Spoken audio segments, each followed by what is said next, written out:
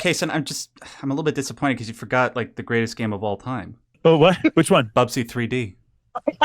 Hey, you stole my joke. I was going to call that out. Sorry, man.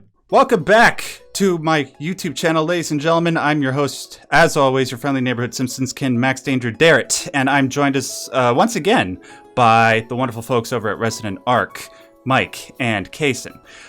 What's going on, guys? Good to see you again. Hello, how are you? It's good to be back. Somehow that gigantic how long was it? 4 hour, 3 hour long thing we did last time. People actually watched that and liked it. Dude, yeah, low key, it's sort of different from the type of stuff that I do on my YouTube channel. And I was just, because of that, I was sort of expecting that it would only like get around like 30,000. Like I would have been happy if we just got that. Over 200,000 people watched.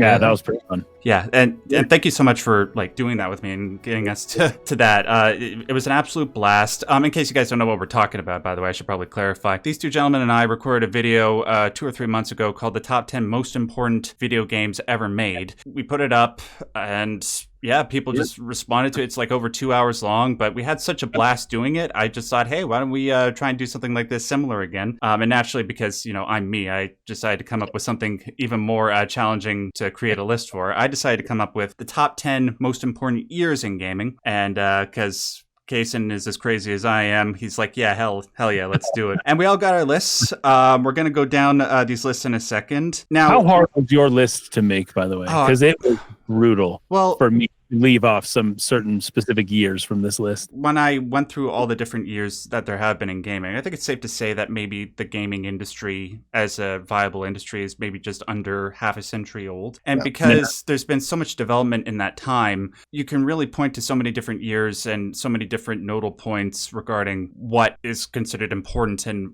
you know, what is essential for everything else to follow after. So yeah, it seemed easy at first, but at first or after, and you start looking, there's some huge years, like tons of them. Yeah. But I did put together a list, and I'm looking forward to getting obliterated in the comment section. No, I'm just kidding. Like, honestly, but no, thankfully everybody was generally like up for the discussion, and even when people disagree, people were really, really polite and constructive. It was great. That's why we wanted to do it again. We're gonna get right into it, but before we do, I figured I'd just remind people about how we sort of do things, how we did things last time in order to just keep the flow of the show going. So we each made top 10 lists. What we're going to do is I'm going to go through my 10 through 6, and then Mike will go through his 10 through 6, and then Casen will do 10 through 6. Then I'll do 6 through 2, 6 through 2, 6 through 2, and then we'll trade one apiece. Now, if I have something, let's say, I don't know, Casen has, just as an example, I'm not saying this is what he has the year 2017 at number 9. And then Mike has 2017 at number 2, because that's the year his favorite game came out, Xenoblade Chronicles 2. Then he would say the word kick. And no, don't sue me for defamation. No, how dare you? Yeah, no. But anyways, the point is, if Casen had it 2017 at number 9 and Mike had it at number 2, then Mike would say kick. And then we would save the discussion surrounding that year for later on. Yeah. Okay? Does that all make sense, ladies and gentlemen? Yeah. All right, cool. Absolutely. All right, so let's not waste any more time. These are the top 10 most important years in gaming history. The objective lists. At least mine is. Not kidding. All right, so my number 10, I'm going recent, guys. 2024. 2024. No, I do not have that. That was not even on my radar for top years. You're going to have to explain yourself a little bit. I can think Metaphor ReFantasio, and I kind of come up short after that. Right. Now, well, Astrobot, which one? Astrobot. That's right. I love the Astro games. Those are really fun. I actually played those with my kids. They love it. I'm surprised you did Final Fantasy VII Rebirth, or you just completely forget about that. He hasn't played it yet, and I actually haven't either. So. Right. Fair enough. I will work my way up to the FF7 remake stuff soon. So. The reason why I put 2024 here, I honestly, I imagine that it will probably go higher as the years go on. I'm just putting it this low because we have yet to sort of see the repercussions of everything that's happened in 24 come to pass. But the reason why is more so a mixture of the games that came out as well as events that happened in the past year. The most notable event I think you could say is that, and I'm sure this other event is going to come up when we go through the rest of our list. Aside from maybe the release of E.T. the Extraterrestrial for the Atari 2600, you can make an argument that there hasn't been a greater failure in the history of gaming than the release of Concord last year. And Concord was pretty freaking bad. Yeah, that was rough. Yeah, and the reason why that was significant is not necessarily just because it was one of the big game publishers, the creators of the PlayStation, losing upwards, some reports say, $400 million on that. But it was sort of the culmination of years of collective protest of people on the internet, gamers everywhere, just saying, this is not the type of game that we want. This is not the way that we want the games industry to go as a whole. And for the game to be taken offline as a live service game 2 weeks, nothing like that has ever happened before. And, just instantly when it happened, people are just talking about, oh my God, this is the worst thing to ever happen since ET. In terms of just failure, I would say. Maybe not, the scale of the failure. Yeah. And possibly the way that developers might approach. That was supposed to be like a live service type game, right? Right. They've been sort of like pushing that or forcing that, and that may kind of be, hopefully, a thing of the past after a failure of that scale. Yeah. Right. Well, we'll see. But it seems like there's some people that are doubling down. Warner Brothers, anybody? But anyway, there's also just a whole bunch of like widespread layoffs. That was a constant news story last year. I think like 20,000 people across the games industry have been laid off. Studio closures. Tango Gameworks, that was one. Arcade Austin, who made Prey and Dishonored, rest in peace. And also just like when you think about the three titans of gaming for the last 20 years, it's like Xbox, PlayStation, Nintendo. And for one of them, in this case Xbox, to make such a drastic change in approach, they all put out consoles up until recently, but now Xbox is just completely changing the way that they go about things to make everything is an Xbox. That's sort of the way that they're marketing their new approach. It's a significant change, Yeah, don't you guys have phones? Right. Yeah, no, like unironically, it seems like we're leaning more into that, unfortunately. But then, there were also, like, putting aside all that, as much as it seems like there's a lot more drama in the world of gaming news, a lot of people really also got to acknowledge that in a lot of ways, there's never been a better time to be a gamer, because 2024 saw the release of so many like high quality, wonderful games. You said Metaphor ReFantazio, absolutely, but my favorite game that came out last year. I played Final Fantasy VII Rebirth, even though I have some issues with the way like it's constructed. I think it's like technically it's a masterpiece. Black Myth Wukong, Dragon's Dogma 2, Helldivers 2, one of the few examples of like a new live service game that people really genuinely loved. Warhammer 40k, Space Marine 2, The Legend of Zelda Echoes of Wisdom, Indiana Jones and the Great Circle, all positively reviewed. Yeah. And it wasn't Silent Hill 2, didn't that remake? That's right. 2024 as well. Yeah, that's also significant. The second, arguably aside from Resident Evil, the other most important horror franchise in gaming, making a comeback after a decade and making a good game out of like everybody was expecting it to be crap, but it actually turned out great. So so that's my reasoning. Wow, great reasoning. That year is not on my list at all. Yeah, I didn't play enough games last year. This is a result of doing a podcast like we do, where we stay on one game for like 3 or 4 months straight, and it's usually a game from 1995 or whatever. Yeah, Xenosaga tends to do that to you. That's why I haven't done it on my channel. Yeah. I mean, someday. I got to catch up on a lot of the 2024 stuff. Metaphor is on the list for sure. Yeah, absolutely. To try out. I do want to play Black Myth Wukong at some point. For sure. I want to get to the Silent Hill 2 remake. You played it. I didn't get a chance to play it. It was actually a pretty good remake as they go. For me, 2024 is almost it hasn't happened for me. I haven't. You'll play those games. I got to get around to it another time. Yeah, and I like what you said too about how the impact of last year is going to be felt for years to come. And you're right. I think that the importance of that year is going to have on gaming is only going to grow as time continues. I think. hopefully for the right reasons. Yeah, I think this too is there's already been some big shakeups. I know. I think are going to change the way a lot of games are made. So yeah, everything works out eventually, and hopefully that's the case here. All right, moving on to my number 9. I'm really expecting that one of you guys are going to kick on this. I'm not sure though. Let's see. Number 9 is 2007. I do not have 2007. It is on mine, but it is within the 7 through 10 range. Okay, so what did you put it at? Above. Mine's a number 8. Ah, okay. All right, so pretty close. One number above you. All right. That was a great year, man. Yeah, yeah. If we were just talking, sorry. Well, should we talk about it now, or should we talk about it next time? Yeah, okay. We can kick. That's fine. We'll just save it until we get to your list. All right, that's fine. All right, number 8. I'm going to bet that Mike is going to kick on this one. Let's see if I'm wrong. Number 8 is 1996. Yes, kick. Nice. Well, no, it's not a kick. I have it lower than you. What? You do? Yeah. Oh, okay. I have it at number 7. I have it, but it's just lower than you. I've got it number 7 though. Okay, so you're kicking. Yeah, so I'm kicking you. All right. I'm going to kick you again. All right. Well, okay. Well, then we'll save it for when we do my. Okay, that's fine. All right. Number 7. I really got to think that you guys really heavily considered this one, at least, even if it's, wherever it is. All right. Number 7 is 1983. Nope, it was considered, and I had to leave it off the list. I had to. You don't have it? Oh, wow. Oh, damn. Dude. It's an honorable mention for me. I was like, 83.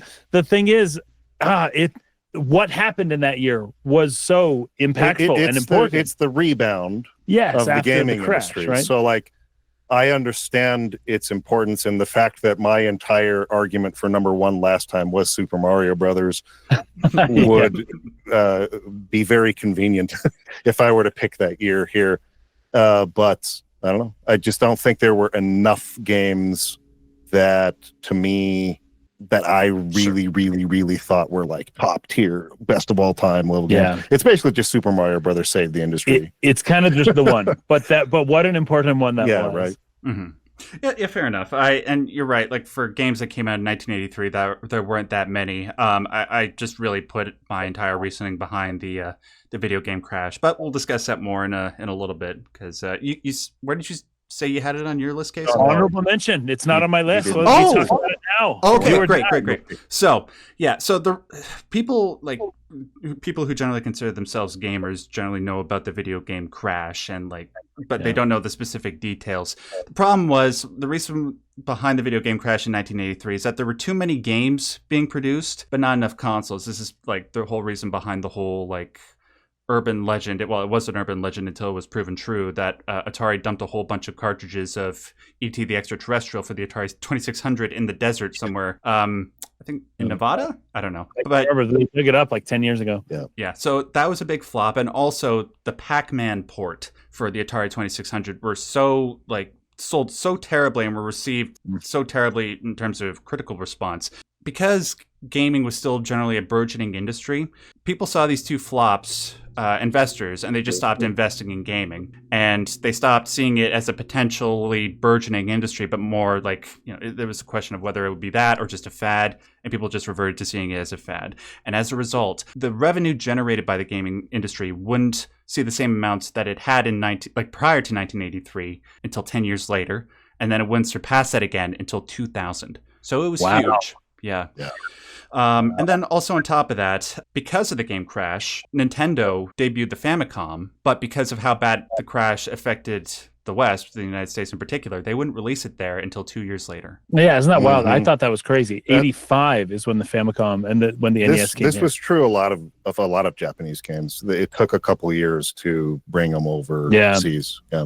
I kind of saw that window slowly closing as I was going through every year, and now it's basically within a day or two. Now it's all all simultaneous global release. Yeah, but I often the PlayStation was almost a whole year release before as well, which is crazy. But 1985, is when I would have experienced these things. But even 85 didn't quite make the list for me as well. Yeah. But I would have to say that in 1983 there was Spy Hunter, the game. And I did play that game.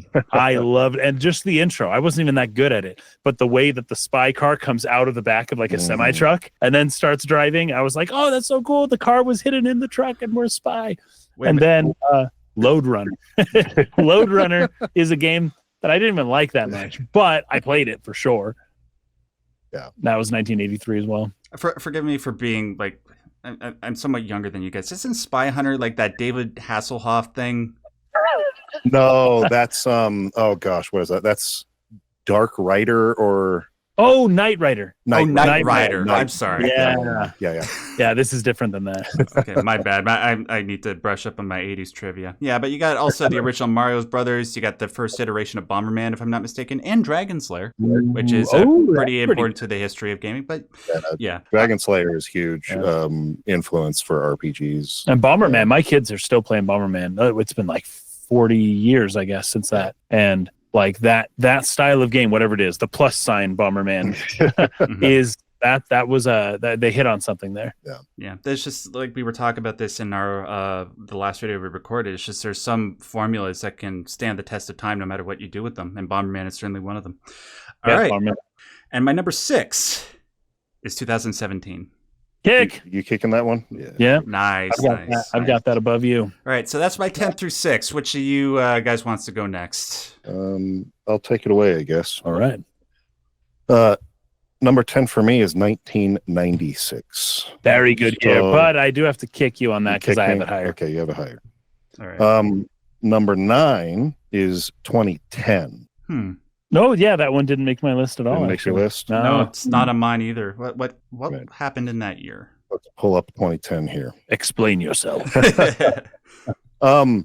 Well, I might be approaching this from a little bit of a different angle than Max was, as far as like how you define it, importance to like the industry as a whole, maybe necessarily, and more like I have very fond memories of this year. Totally 2010 was when I moved from Utah back to Denver and moved in with you guys. That's right, yeah. And so I had a job. Actually, I think I was working like 3 jobs at one point there for a while. Yeah. So I had some disposable income for like the first time in my life, whereas like I started like collecting a lot of games. And Parker and I would go to a lot of midnight releases that year and pick up new stuff and kind of just play them all through the weekend. So I have some pretty cool memories, but there were some really, really stellar games. I mean, games that are ranked way up there as all-time greats, like Red Dead Redemption. That's right. That was Mass Effect 2, BioShock 2. Well, I didn't want to pick it because of BioShock 2. It's actually it's underrated, very underrated. 7 was the first BioShock. Was for the first BioShock. That's more that had like the grander kind of like impact. Yeah. But Alan Wake, I believe, came out this year. Yes. You have Super Mario Galaxy 2, which as a follow-up to Galaxy, which was already like one of the highest rated 3D platforms of all time. Yeah. Galaxy 2 was rated even higher. Somehow. Right. Yeah. It's like one of the highest rated games of all time. Yeah, if you go on Metacritic, Galaxy is like, I think, the number 1. Freaking crazy. Or it's up there. And I believe was this Resident Evil 5 this year? I want to say it was. 5, yeah. Yeah. Yeah, because 6 came out 2013, right? Yeah. Yeah, so that sounds about right. Fallout New Vegas, which is absolutely stellar, came out this year. Best one. It's probably the best like actually I think this one was Obsidian, right? So Obsidian made Fallouts 1 and 2, and then it got sold to Bethesda and they made 3, but then didn't Obsidian, I think, develop Fallout New Vegas, and then anyway. Yeah, that's right. It's kind of fallen off since then, but Fallout New Vegas is considered like the best or one of the very, very best Fallout games. Super Meat Boy came out this year, and the first Nier, which is one of my favorite games. Nier. We did a whole podcast series on that. Good. It's just phenomenal Yoko Taro game. Just based on all those ones you've listed already, like you can make an argument that in terms of just the greatest years for video game stories, those are like, you can make an argument all those are in the top 20. Yeah, that's true. So there's just a lot of great stuff. Limbo came out this year. Halo Reach, which I'm not like a huge Halo guy, but I feel like of the post trilogy, Reach is considered among fans like one of the best ones, right? Story-wise. So that year was just full of like really good releases, and I had a lot of really good memories being kind of in my early 20s. And let's see, how old was I then? I was probably 23, and being able to buy games and, you know, staying up all night on the weekends playing with you and your brother and stuff like that. So it was just an exciting time. And this was kind of like at the peak of that sort of Xbox 360, PlayStation 3 generation. I feel like it took a few years for those systems to really like get off the ground a little bit and like start building a solid library. But a lot of these games, oh, sorry, when I said Mass Effect, I meant Mass Effect 2, which is my favorite of that trilogy. Right. So Red Dead Redemption, though, was just off the chain. The online mode was a lot of fun too. And that was Rockstar Games, right? Like they knocked it out of the park. Like I'm sure they were pleasantly surprised as well. But that one, because Red Dead Revolver had come out before that, and it did well. Like it was a good game, people liked it. But Red Dead Redemption sold like 20 million units. Like it just went gangbusters. It was. And speaking of sequels that somehow managed to top the masterpiece that was the original, Red Dead Redemption 2 somehow took the first game, which some people consider like one of the greatest games ever made, and actually, in my opinion, topped it in a lot of ways. When did 2 come out? I was like 2018. 2018. Red Dead Redemption 2. Yeah. 2018. Like 18. Yep. Yeah, that was a contender. Okay, what's next? Okay, so that was number 9 for you, right? Yep. That was number 9. Number 8, I have 1994. 94 kick. I have to kick you really hard for that one. Do I have that? Like, you need to be punished for that. I don't have that on here. Really? You don't? 94? No. Oof, man. Good year. Oh, geez. I'll kick you too next time I see you. I have a lot of 1990s years on this. 1995 is my number 7. 1994 or 5? 5. Oh, I thought you said 94. No, 94 is my number 8. 95 is my number 7. Oh, I see. I'm sorry. And I have 95 at number 6. Okay, so it's a kick. Yeah. All right. I don't think this one will be kicked.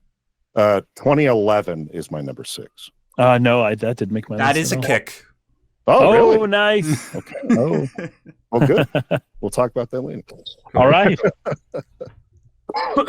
So, for me, number 10, I've got the wonderful, the great 1986. Now, I really wanted 1983 to fit on here. I wanted it so bad. But I kept kind of like, what's the closest I can get to 83? This is your number 10? Number 10 is 86 for me. I'm kicking you on that. Oh, come on. Dang it. I'll talk about it later. What about 2001? Who's got 2001? I got it too. Kick. How higher than 9? That is a mega kick. That's like that's one of the biggest years ever. It is. That's like you guys don't understand. It's different for me. Okay, so the next one is 2007. I have that at number 8. I don't have that one. That is a kick. Dude, these are like Falcon kicks outside of the arena. 2007 was great, but we'll talk about it later. That's number 8. And then number 7, I have 1996. Not a kick for me because I had it earlier. All right, Can I talk about it? Yes, we can talk about it now. All right, 1996. Let's go to it. This man, this year was just crazy. So the thing that kind of tilted 96 over the edge for me was actually the Tamagotchi came out in 1996. Real? Oh, I didn't know that. Dude, I had not just one, I had several of those. And that was the coolest thing. I remember going to school and you would just hear, like our teachers had to make a rule, like turn off your freaking BP machines because it's ruining class time. You can't turn them off. You can't. They die. They literally die. And like the girls would have it. It's just like boys and girls were playing this thing. And it was like on your belt loops. I thought it was cool to like put stuff on my belt loop. So I had a little Tamagotchi on my belt loop. And it would like beep, and I'd be like, "Oh, gotta feed my Tamagotchi!" Oh no! And it was just cool. It was a whole different time back then. But the Tamagotchi that kicked off a whole new like Gigapet. And I think like there's a bunch of now Digimon is more Pokemon, but it's also kind of like Tamagotchi stuff because you could like get one with like a Giga or well, what's it called? What's the Pokemon knockoff?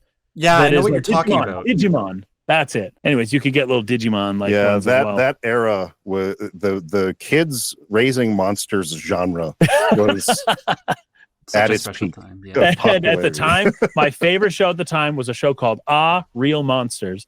Do you remember it? Cartoon Network? Okay, wonderful show. Okay, so other than the Tamagotchi, which really just like push this one over the edge. You've got the Nintendo 64, Persona, the very first Persona game. Well, not the Megami Tensei that came out before, but the first Persona game came out in 96. And then, gosh, listen to this, man. Mario 64, Quake, Donkey Kong Country 3, Tomb Raider, Mario Kart 64, Command and Conquer Red Alert, which we played like crazy. Oh, yeah. That game was so much fun.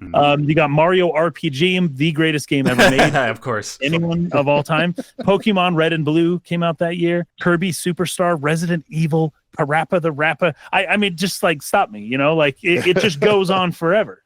Like, it's just utterly wild. Plus some extra Game Boy games as well, like Donkey Kong Land and things like that. 96 was a happening year. And it's one of the first years that I feel like I can remember that whole year. And there was the Olympics happened that year, and I don't remember my life up until 1996, basically. But 96 was the year where I like woke up and just became as a magical aware. Year for me. Yeah. And video games, Self-awareness. yes, sure. But video games were a huge part of that. Part of that. You know, Casen, I'm a little bit disappointed because you forgot like the greatest game of all time. Oh, what? Which one? Bubsy 3D. Hey, you stole my joke. I was going to call that out. Sorry, man. That was PlayStation, though, right? Like, we didn't do Bubsy. We were Nintendo kids. That's a big meme on our Discord server. Really? Bubsy 3D's best game of all time. But nice. That's funny, man. Yeah. So the reasons I picked 96, I think the Tamagotchi is actually a great pick. I wouldn't have thought of that, but I think the impact of Pokemon is kind of like hard to ignore. It's hard to understate. If you weren't there, I don't think you understand how obsessed every kid alive on the planet was with Pokemon. Yeah, and trading after school, or recess, like bring your Game Boy. Teachers having to ban Game Boys, take them from the kids. Yeah. I mean, it was a huge deal. And all the rumors and all the talking and we talked about this on one of our episodes, the weird rumors of the 90s. Yeah, you could get Yoshi. Yeah. Yoshi was a Pokemon.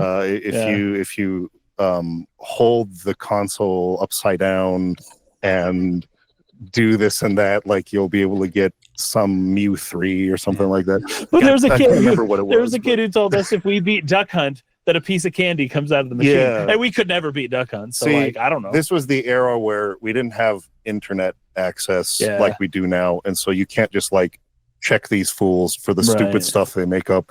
So rumors like that don't work today. Like people will check you on it. Hey, low-key, just a quick aside. The only time, I will admit to one time being fooled by that. A friend of mine told me that if you beat Metal Gear Solid 10 times, you'll get Vulcan Raven's Gatling gun. And I tried, I beat it, and I did it, and then I found out that it wasn't true, and I was so disappointed. That is so sad. That must have been the worst day of your life. Yeah. Well, no, I just, I mean, it's Metal Gear Solid. I just got to play it 10 times, so I got over it pretty quickly. It's my favorite franchise, but yeah, it is still pretty sad. It's okay.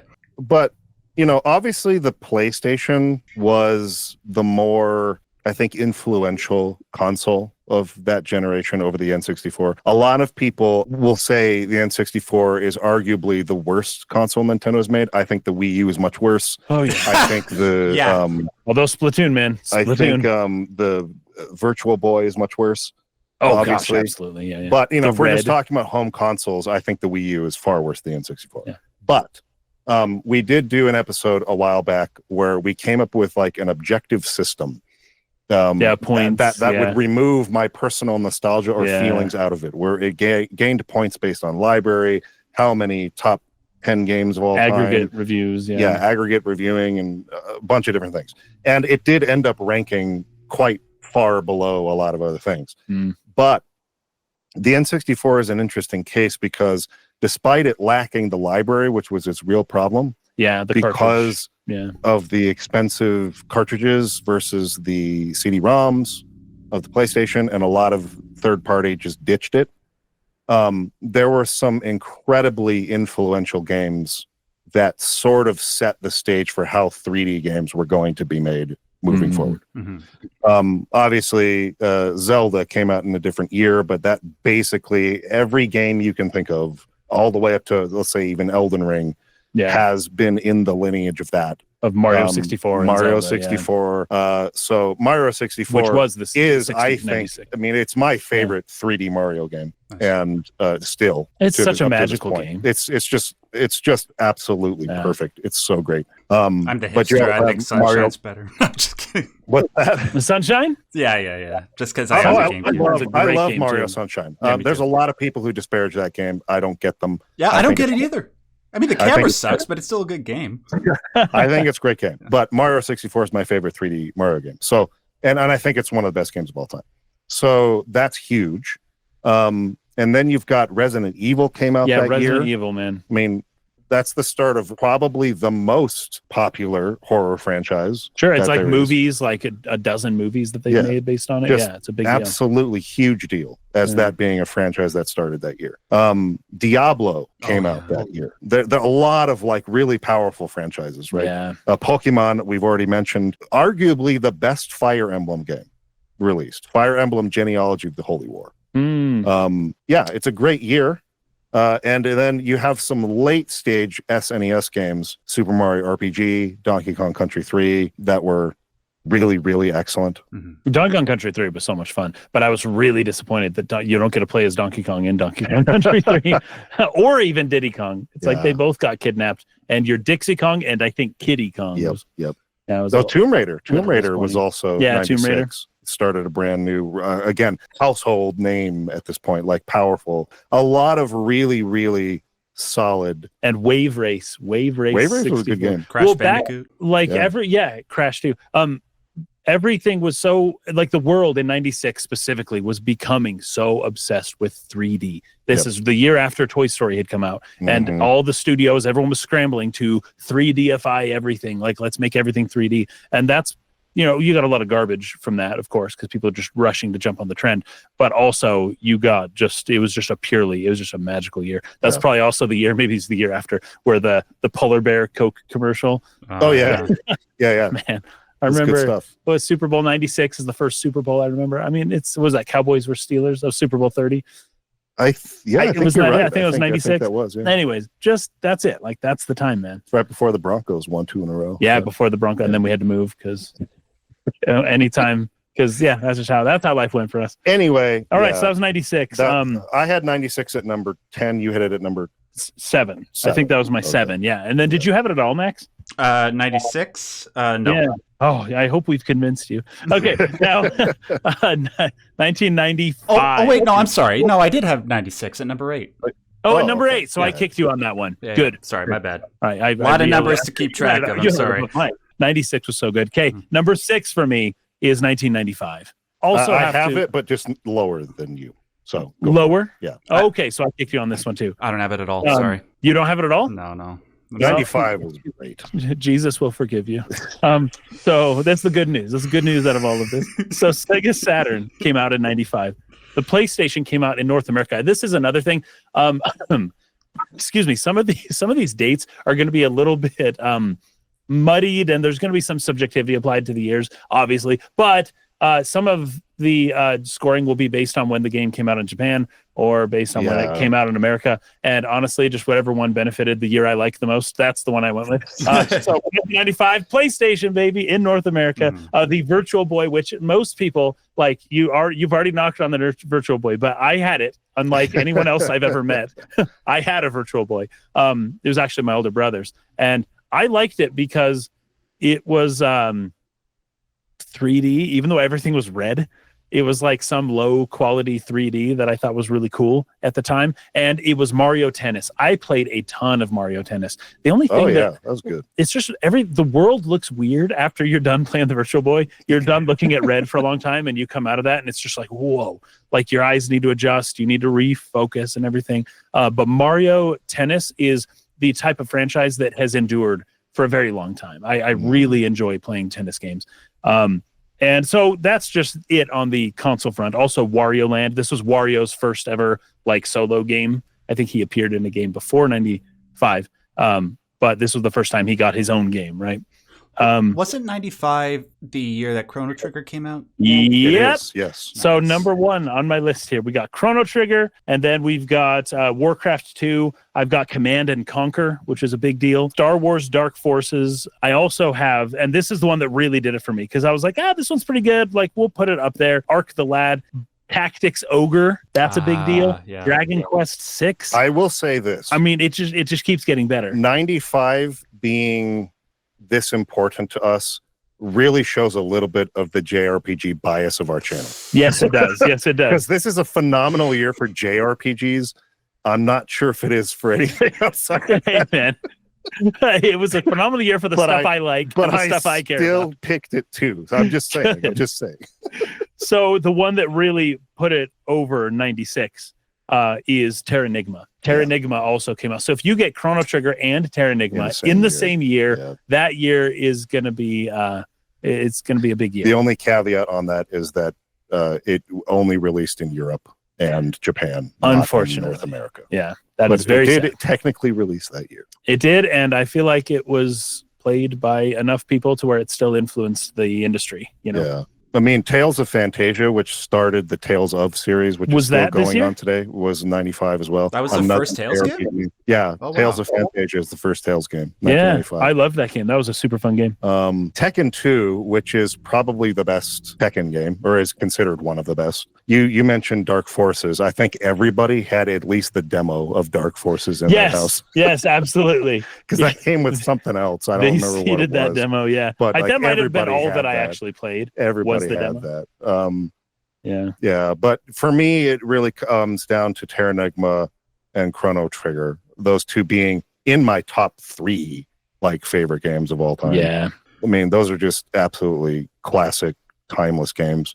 And then there was something else on here that I thought was pretty significant. Where'd it go? I mean, Street Fighter Alpha, I know a lot of people still play that. That's considered one of the best Street Fighter games. Oh, sorry. It was this. This isn't a good game, but I love it. It's Star Wars Rebel Assault 2. Oh, I remember that game. I do remember that game. I played it so much. Dude, I played all the 90s Star Wars games. I'm not sure that it does anything to make 1995 an important year, but it was important to me. Right. It just adds to the volume, right? I'll say this. I understand putting 1995 in the conversation purely just because of Chrono Trigger. And because I've said this a couple times in the past on my channel, there is no such thing as a perfect game, but to every rule there is an exception, and that exception is Chrono Trigger. Yeah, I mean, yeah, it's as far as not too long. It's as far as late stage kind of like SNES golden era JRPGs go, this was pretty much as good as it gets. I know FF6 was the year previous to that, but Dragon Quest 6 came out this year. Tales of Fantasia, like I said, there's just a bunch of really good ones. I think Bahamut Lagoon might have been this year, unless it was the next year. But anyway, nice. But a lot of really good, particularly I think this is where Squaresoft was really taking off. Oh yeah, and it's just they were just releasing so much gold every year. It's just unbelievable. Yeah. So. And that was sort of right around the time that the golden age of the Final Fantasy era started, and then yeah, exactly. Yeah, good. Yeah, I understand the choice. All right, let's move on back to my list, and we're going to go through the 5 through 2s right now. So my number 5 is 2013. 13. Don't have that one. Honorable mention, but it did not make my list. Okay, so here's why you guys are both wrong. No, I'm just kidding. Sorry. No. Okay, so unlucky number, man. I don't know. You're good luck. Yeah, no, I'm just joking. It's all subjective. Honestly, the number of games that came out this year, there were a lot of good ones, but if I'm being honest, there's only really 2 significant ones in terms of the way that they impacted the way games are made from an artistic and financial standpoint. One of them is The Last of Us. You know, the conversation, so many people that I hear talk about games as an art form nowadays, they sort of trace how so many games are made from a cinematic perspective. Nowadays, they trace it the popularity of that back to The Last of Us. And understandably so. It's such a damned good game. A wonderful story, one of the most iconic pairings in gaming history. And then the other one being Grand Theft Auto 5. I mean, there's a reason why GTA 6 is arguably the most anticipated game of all time. There's a reason why every single comment section for any video that you see on YouTube, you see somebody saying, "Oh, we got this before GTA 6." Before GTA 6. Right. Yeah, it used to be Half-Life 3, and people have kind of given up on that. Yeah, that one I think they finally GTA 6. But here's the other one, Elder Scrolls 6 as well. These are games that came out more than a decade ago. I know, it's so weird. And we're waiting on the sequel. Very weird that this was more than 10 years ago to me. That is wild. It's hard to believe that. I remember vividly standing outside. You guys don't have this in the US, but back in Canada, before they closed down, we had a store called Future Shop, which I guess the equivalent in the US would be Best Buy. I remember vividly standing outside Future Shop at midnight for both The Last of Us and GTA 5.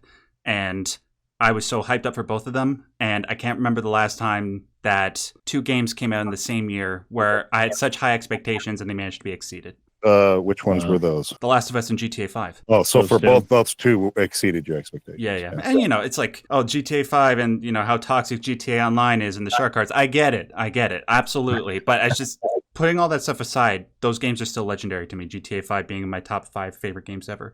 But yeah, there's BioShock Infinite, the Tomb Raider reboot, which came back, and until The Last of Us and GTA 5 came out, people were like, "Man, this is going to be the best game of the year." A couple other ones. I'm sure, like, given this type of stuff, that. What are your feelings on Metal Gear Rising: Revengeance? I love it.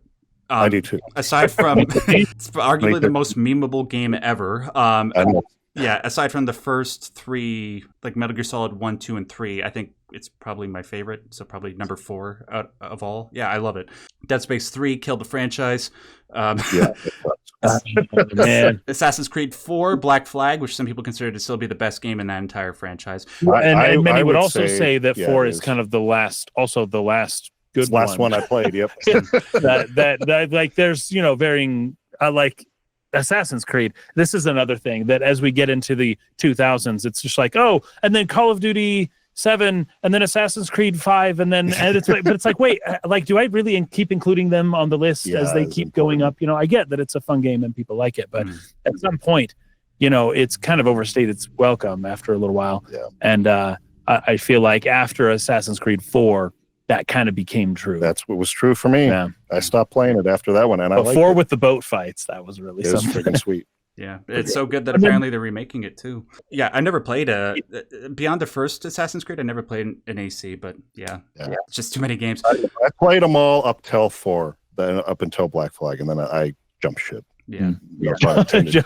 No pun intended. How dare you? Mario 3D World. Super Mario 3D World came out in 2013, and it seems to be the direction that a lot of the new Super Mario stuff is going. They still do the new Super Mario Brothers side-scrolling, but a lot of the games that they'll do, like Super Mario Wonder, I think it's called Wonder. Yep. It's kind of in this 3D world kind of style. Yeah. Well, isn't 3D? Well, there's 3D Land and 3D World. Isn't 3D World the one where you're the cat? Yeah. Okay. Yeah. Okay. Is Mario Wonder more just the side-scrolling? It is. Okay, then Wonder what about the side-scrolling. Bowser one? There's the That's the one that That's came what I'm off talking about. is packaged together. Yeah. With 3D World for this. And we have that. Yeah, my kids play that a lot. But yeah, I liked 3D World. Yeah, good. And then finally, before I move on to sort of the key events that happened in 2013, I'm sure that ideally with the work that we do on our respective channels, a part of the aim of doing that is to sort of get games treated as enough of a legitimate art form that they can be used as teaching tools in classrooms worldwide. The games that have made it into classrooms so far, 2 key ones came out in 2013. One is the Stanley Parable. I was looking at that. Yeah, that's right. And the other is Papers, Please. Papers, Please? Yeah. I don't think I've heard of that one, actually. It's a game where you are playing a border guard. Yeah. And it's like Indiana Jones, and you kill the guy, you and decide then whether to let somebody through or but not. It's kind of like Indiana Jones, right? Like just a little bit. I mean, everything in life should be like back to Indiana Jones. But no, the whole reason why it's taught in schools, Papers, Please, is to sort of treat kids about, the difficulty of morality and the importance of, philosophizing. It's hard to explain, but that's cool. Yeah, but anyway, just moving on to sort of the key events. Of all the major gaming events that have happened within recent memory that have had like long-lasting shockwaves. Of all the ones that have had their repercussions fully felt, I'm hard-pressed to think of another one than what happened in 2013 to Microsoft. So for people who might not remember or weren't around at that time as a gamer, this was the year that the Xbox One and the PlayStation 4 were announced. Now, Microsoft was taking a very unique approach with the Xbox One in that they wanted the entire experience to be completely online. Is it the Kinect thing as well? They like try to force everyone to have a Kinect. Yes, exactly. Yeah, and like nobody was having it. Like, well, they thought they could get away with it because the Wii had the sensor bar, and they were like, "Oh, people are okay with that. Let's do our own one." Yeah. But you know, when you're doing that, you actually have to make it good. But no, I'm talking about the Kinect. Like the Wii's awesome. But yeah, the problem I remember so vividly in 2013, people having so many issues with the fact that Microsoft was trying to make it mandatory for the console to be online in order for it to even function. Like there was talk that like before the Xbox One came out that like unless you had an internet connection, your Xbox One would cease to function within an hour. And then there was like, oh, you can't do used games anymore because we're effectively turning the console into a PC. And then, well, Sony came along and it's like, yeah, we're not going to do that. And they effectively won the console war like that. And ever since then, that's the reason why like Xbox 360 was such a keen competitor in the prior generation with arguably the PlayStation 3 only sort of surpassing it in the latter years. But Xbox 360 just had like, they had Halo, they had Gears of War, they had Call of Duty, such a strong Xbox Live ecosystem. And then the Xbox One came along because they were so greedy and so stupid and screwed themselves over. And now Xbox is where they are now. They don't have any consoles anymore. You can make anything in Xbox. You know, I think Nintendo is kind of looking over the ledge of a similar thing with their game key card thing right now. Oh, really? Where they're trying to make it, everything's digital. Even if you buy a physical copy, it's the just game a isn't download. contained on the disc, and or on the cartridge. I think they're about to about face on this really quickly, which Microsoft did not do fast enough. I remember in this time too, there were all these rumors about Microsoft and how they didn't really care that much about the Xbox division and how they're like, well, it's just a thing we do. We can subsidize it if we need to. And like, it's just there to push other of our content that they don't see it as like a huge factor in the success of the company Microsoft, you know, whereas PlayStation is a bigger part of Sony because Sony's just a smaller company than Microsoft. And then for Nintendo, it's their whole thing. So it's like they have to do an about face a lot quicker. Whereas the Xbox is like, people might hate us, but we'll just do better next time, I guess. Yeah. And I love that we're talking about several things so far in this podcast that are things that happened more than 10 years ago that are not still happening now. And it's like funny to go back and think about how big a deal it was. Yeah, and how people thought, oh, this is the future of gaming. And it's like, well, we're now pretty well in the future of gaming, and that wasn't it, right? Yeah. They tried to force it down on us, and luckily it's a nice thing to know that we, the people, have some semblance of say in the matter occasionally, you know? All right, and I mean, like I have a few other smaller events. Like this was the first time that Steam Early Access began. That really sort of affected the way that modern games are made and financed. The SimCity Always Online controversy. And the whole failure of the Ouya console, which was a nice idea. Oh, yeah, the Ouya. I forgot about that. Yeah, it was a nice idea, you know, like indie games, like you mentioned Limbo before, that was sort of like a big nodal point in trying to get more people to get into that side of gaming. And Ouya was a console that was supposed to be completely centered around that, but unfortunately it failed. And, you know, there's a bunch of understandable reasons why. But yeah, so that's why I have 2013 there. All right, moving on to number 4. My number 4 is 2011. Nope, not me. I have it, but behind yours. So this is. You go ahead. Okay, we'll talk about it together. All right, number 4 is 2011 for one simple reason: Dark Souls came out. All right, number 3. No, I'm just joking. Honestly, that's pretty close to true, though. I mean, that's a big heavy hitter. That game had a huge effect on how games were made in terms of levels of difficulty. Yeah. Not trying to make something for everyone and like dumbing down mechanics. It was like a game that allowed certain developers to feel like they could challenge their players, you know, and hardcore type of games became more mainstream than they were before that. So yeah, it's pretty big. But in all seriousness, no, there were a whole bunch of other games and major events that came out that year. Probably the most significant one the Nintendo 3DS released. That's right. Huge. The big questions around it too, because 3D seemed to be just kind of a fad for the movies from James Cameron, and Nintendo decided to embrace it and their console. And I don't know that the 3D paid off, but the console sold well and people enjoyed playing it. I think most people just turned it off. Yeah, and there's so many damn great games that are just locked to that console. Dude, I crave the day that Nintendo ports a whole bunch of the Shin Megami Tensei games that are stuck on there to the PC. So many good ones. Same thing with the Ocarina of Time and 3D. Shin Megami Tensei 4 and Apocalypse were on that one, right? And Strange Journey, which is the best Shin Megami Tensei game, but I can't play it unless I fish out wherever the hell the 3DS is. PS Vita came out that year, which is a great console that totally didn't get any support. And this was the year that Twitch was born.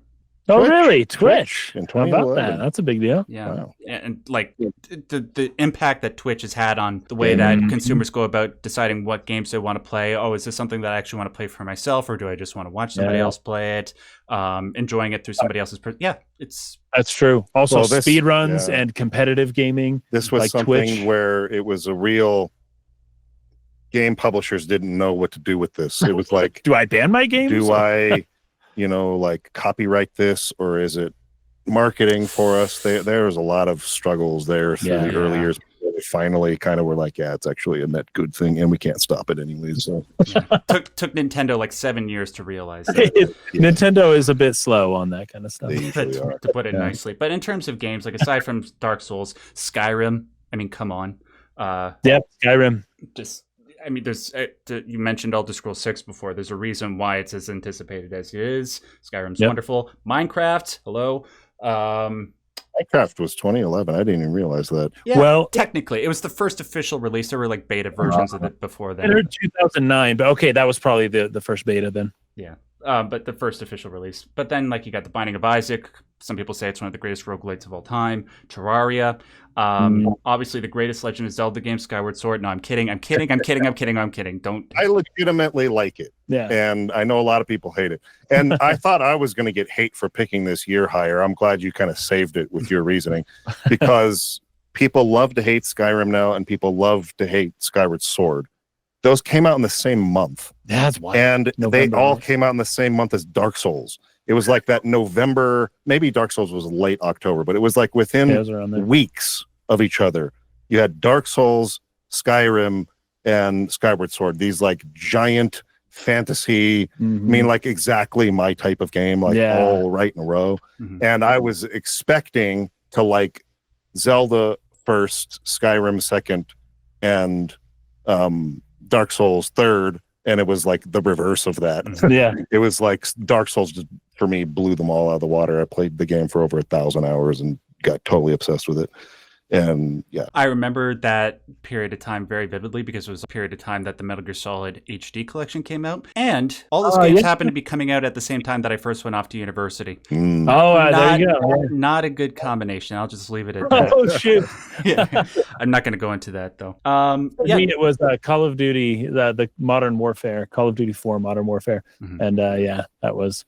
I spent way too much time playing another big one for me was that The Witcher 2 came out this year. This is where I discovered The Witcher. Was with The Witcher 2, which I really, really, really liked, but didn't really like get into the novels and stuff until 3 came out after that, and then that's when I like totally fell in love with it. But The Witcher 2 was this year, and that's a fantastic game as well. Good call.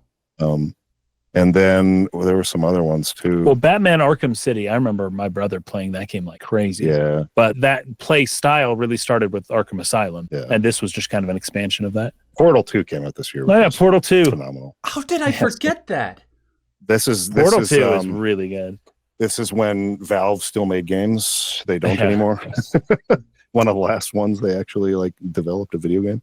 Yeah, it was a good year. Really good year. Yeah. So, all right. Let's just move on to number 3. I really hope that you guys have this, at least one of you has this somewhere on your list. My number 3 is 2004. I wanted to pick 2004. Me too. But then I realized that Resident Evil 4 came out like 11 days after 2004 ended. And I was like, if that game had been in that year, I would have picked it. But it's a very good year. Damn. It was a very good year, but it did not make my list, unfortunately. It's just there's so many, like some of the greatest greatest games ever made, some of the most important games ever made. World of Yeah. Warcraft, just the greatest MMORPG ever made. Halo, it's still going. It's still running with millions of unique users each month, basically. Halo 2, which, you know, it's not like the OG greatest console FPS ever, but in terms of just trying to popularize playing online on consoles, Halo 2 was quintessential. It was there at the beginning. Half-Life 2, one of the greatest games ever made. Yep.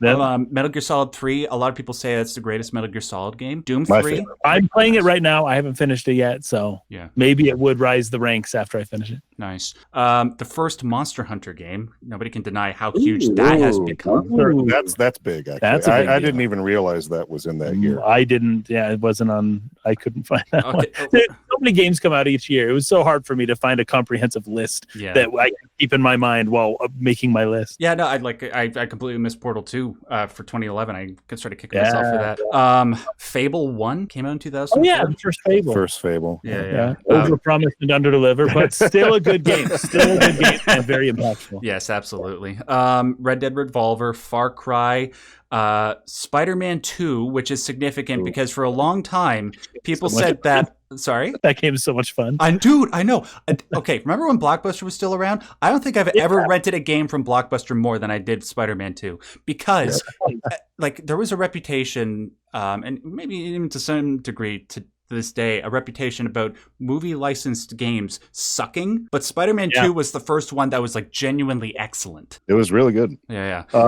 I think the two games that I played the most that year by far were Spider-Man 2 and Prince of Persia Warrior Within. Oh, my man. And as much as Prince of Persia Warrior Within had problems in terms of like it went like so like dark and gritty in a cringe way, that presentationally it like put a lot of people off, but the actual combat in the game is actually extremely well designed and a lot of fun, and I kind of liked the story a lot. I think that game's a little bit underrated, just because it put a lot of people off just because it had Godsmack as the freaking soundtrack.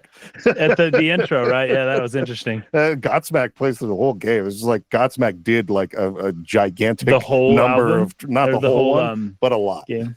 Did a lot of tracks on it. The game that came out before that, Prince of Persia: Sands of Time, has a genuinely great soundtrack, and the Warrior Within comes in and then just puts electric guitar over everything. Still a great game. I love Warrior Within and the Two Princes. So those two games were the ones I played the most. But yeah, there's a lot of stuff here I didn't play that is, I think I agree with you, like some of the best games ever. And while you're looking through that list, San Andreas that year as well. Yeah. Grand Theft Auto, Paper Mario, The 1,000-Year Door. Yeah. Really good game. Unfortunately, it's the last Paper Mario where they went strictly RPG style, and they kind of, made it a little more of an action game after that. But that game was so much fun. That was 2004. And in terms of key events, two most key ones is that the second most successful console of all time released that year, which is the Nintendo DS. Yeah, that was huge. I remember getting that on launch with Parker. We both got one. That was really, really a lot of fun. Like the old blocky DS?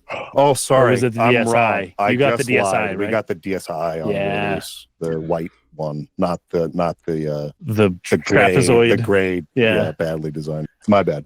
Which still sold like crazy, right? And the Switch only has like 1 million more sales to make until it surpasses the DS, but we'll see. And then the PSP came out in Japan and wouldn't come out until next year in America, but also a significant console.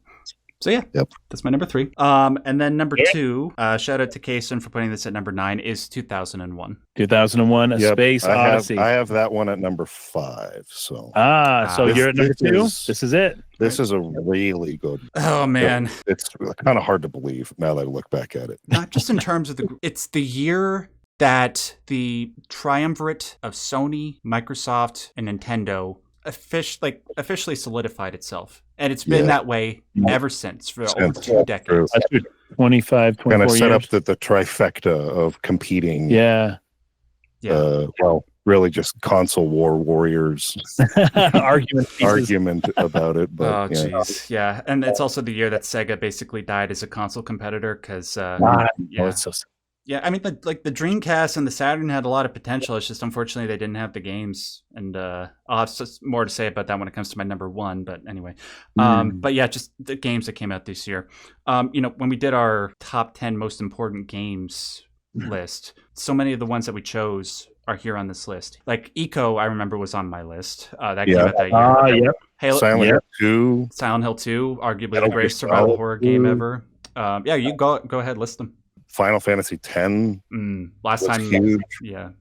Let's see. I already said Silent Hill 2, but for me, Super Smash Melee devoured my life. That's a good game. Oh my goodness! I think I only played that the whole year almost.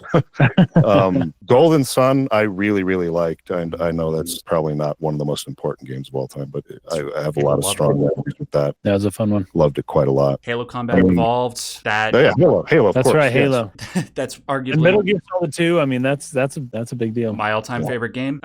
In terms of it's also an important game because of just the amount of hype that surrounded it. To this day, it's still the best-selling Metal Gear Solid game because of how many people love Metal Gear Solid 1, and then just the work of art that it turned into and how much its story resonates over the last 2 decades since it's come out. Absolutely. Yeah. Fatal Frame 1, Max Payne 1, Pikmin 1, Devil May Cry 1.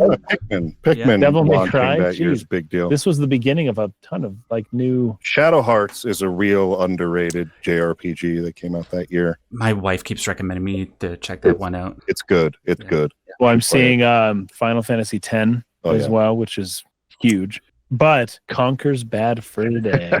Wait, that came out in 2001? 2001, Conker's Bad Fur Day. Did.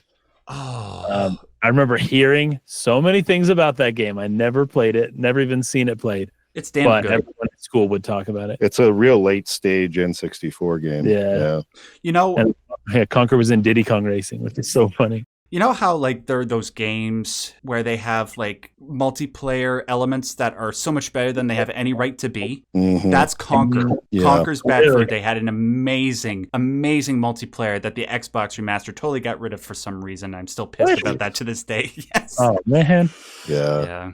Rare really fell off the freaking planet when they got bought out by Microsoft. Well, that's what happens when you get put on to doing exclusively Kinect games. Yeah, seriously. Yeah. So that's my 6 through 2. I believe we've already talked about a couple of these. So number 6 was 2011. Yep. I believe we talked about that one.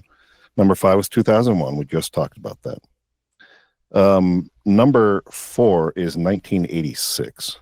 Yeah, I had 86 at number 10, so you kicked me on that. And I had that as an honorable mention. 1986 saw the birth of a lot of really, really big franchises. Yeah. The Legend of Zelda. There's almost 2 genres that have their lineage back to this. So of course, you have the adventure genre, but also the roguelike you were talking about. Games like Binding of Isaac, things like that. I mean, they all kind of go back into this setting a foundation for how those types of games were made. Castlevania started this year. Metroid started this year. Oh, yeah. Kid Icarus started this year. Dragon Warrior or Dragon Quest started this year. That's one of the biggest games in Japan, period, of all time. Dragon Quest, yeah. Yeah. I think the only thing that really rivals it might be Monster Hunter at this point. Just those games alone started franchises that are still running and are still at the top of the tier of those are the games people buy in huge numbers. Zelda, Dragon Quest, Castlevania. Castlevania struggled a little bit, I suppose, but Metroid. I want to know a fun fact about 1986. You know who really agrees with you that 1986 is one of the most incredible years? He says it's the most incredible year. It's Masahiro Sakurai. Oh, I believe him. Yeah. And he cites The Legend of Zelda, Dragon Quest, Castlevania. I don't know what Kunio-kun is. I've never heard of that. He made a Kid Icarus game, though. He made the 3DS one, right? Really? He did? I didn't know that. Yeah, the 3DS Kid Icarus game was designed by him. I think this was before or maybe in between Smash or something. But Rising, Kid Icarus Rising? Yeah. That was a good game. It's actually a really fun game. And he was the director on that. So You're missing Ikari Warriors. Oh yeah, you so gotta talk about Ikari this. Warriors came out in 1986. Now I don't know. The more I think about it, especially now that I have my own kids, the more I'm like, how did we end up with so many NES games back in the day? We had like 60 of them, and Ikari Warriors was one that I would always play. I don't think I ever beat even like the second level. Mhm. But it was like it was a multiplayer game, so I could play it with my brothers. And it was like Rambo. You like tie the bandana around your head and you like muscles without a shirt, and you just got this big machine gun, and you're just walking up, just like mowing dudes down, just like blowing up tanks and just killing everything you see. And I loved that game so much. I probably loved it more for the artwork on the game cover than for the actual experience of playing the game.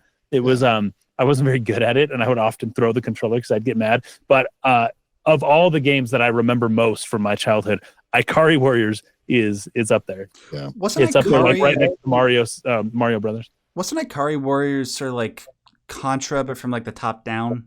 Yes, yeah, but top down, exactly. Yeah, okay. Yeah. I thought I remembered what that was. Yep. Okay. Also, shout out to Alex Kidd, which was a great little Master System game. I have a buddy who really, really, really loved Alex Kidd. So. And the Sega Master System came out in '86. Yeah, Master System. That's Alex Kidd was a Master System game. So, was this also?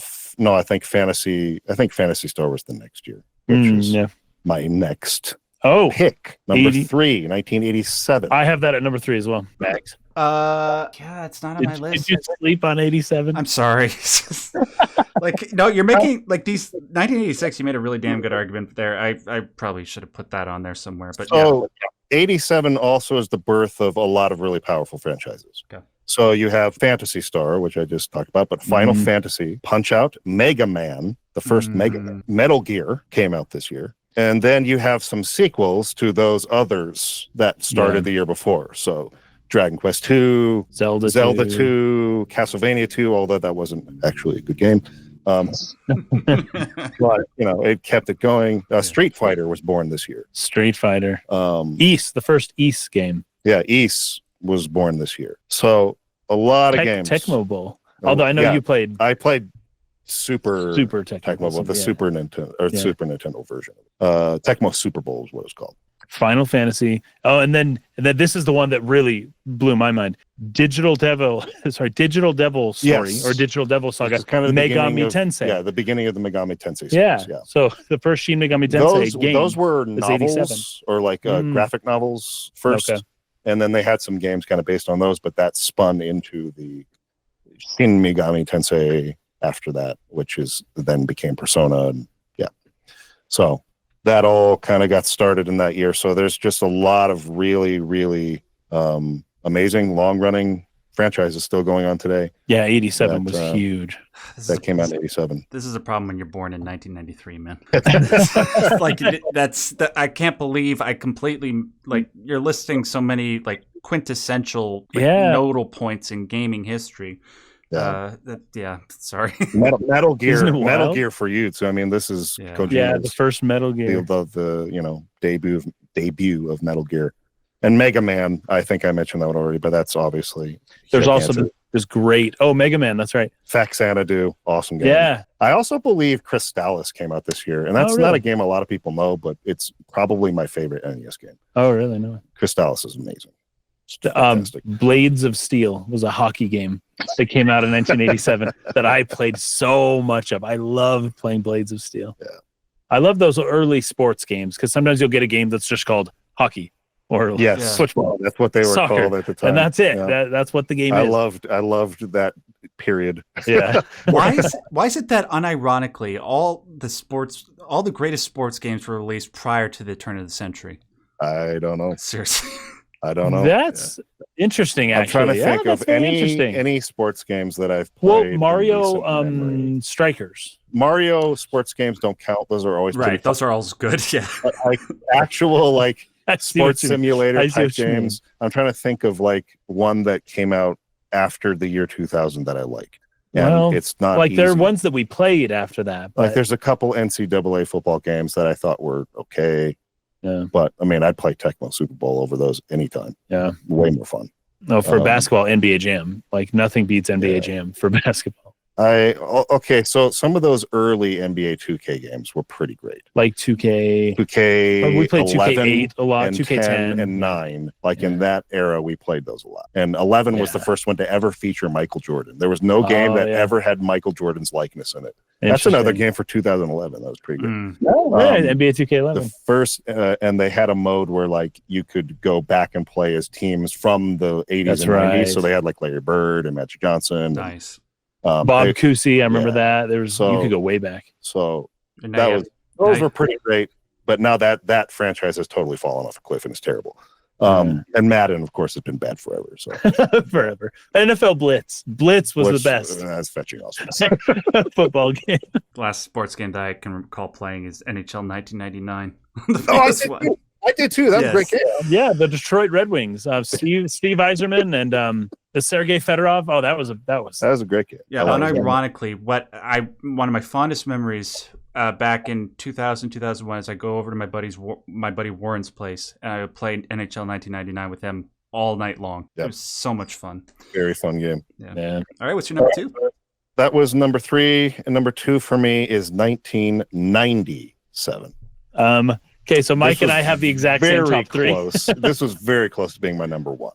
I'm right here with you. Did you have 97 anywhere, Max? No, see, the reason I put 96 and I put 98. I understand putting 97 on there. Totally makes sense. I just didn't put it on my list. This is where the PlayStation took off. So the PlayStation came out in technically 95. In 94 in Japan, December. In 94 in Japan, but it struggled for its first few years. Yeah. Wasn't doing super well.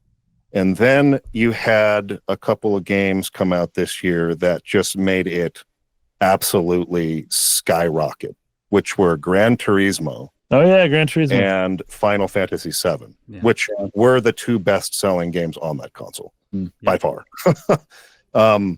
So Final Fantasy VII is just... I mean...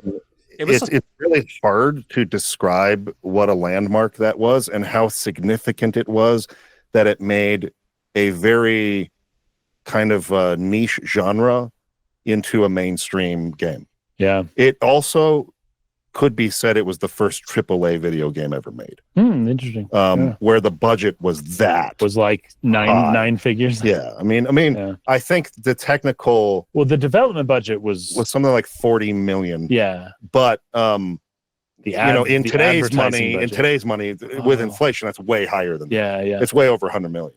But the Sony put $100 million into just marketing that game.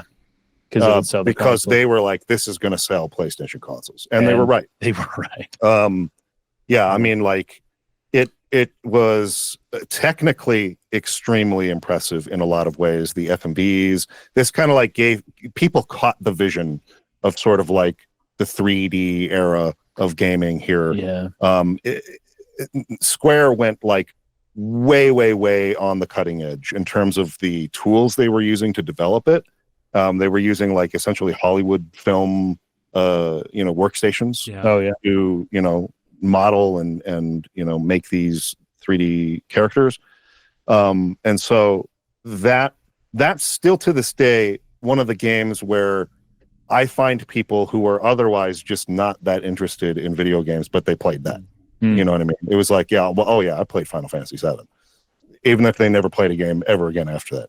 They played that and they liked it a lot. And the fact that it was an RPG of all things is unbelievably impressive. And so RPGs being as popular as they are now, I mean, it's still a niche in a certain way, but it's as big a genre as it is now, to where a lot of times, even at Nintendo Directs, a lot of RPGs kind of dominate those presentations. Yeah. And I think Final Fantasy VII is kind of to thank, or they have Final Fantasy VII to thank for that. But there are a lot of other great games. Final Fantasy Tactics came out that year. Star Fox 64, which is one of my favorite games of all time, believe it or not. Do a barrel roll. Is so great. That came out that year. That's a good one. Mega Man Legends, Castlevania Symphony of the Night, which is considered the best Castlevania. GoldenEye was Halo before Halo. Yes. Yeah. Halo kind of like took 007's spot as like the big first-person shooter that you go and have LAN parties at people's houses and play all night long. And then you lose friendships over playing Odd Job. Oh, 100%. Oh, I know. Yeah. So it can't be understated how popular GoldenEye was. No. It was, and it you was had the rule was no Odd Job, right? Yeah, you can't play as Odd Job. It was too hard to aim back before the 2 sticks, you know. Yeah. Fallout, the first Fallout was released in 1997. Yeah, Fallout started the Fallout series. Let's see.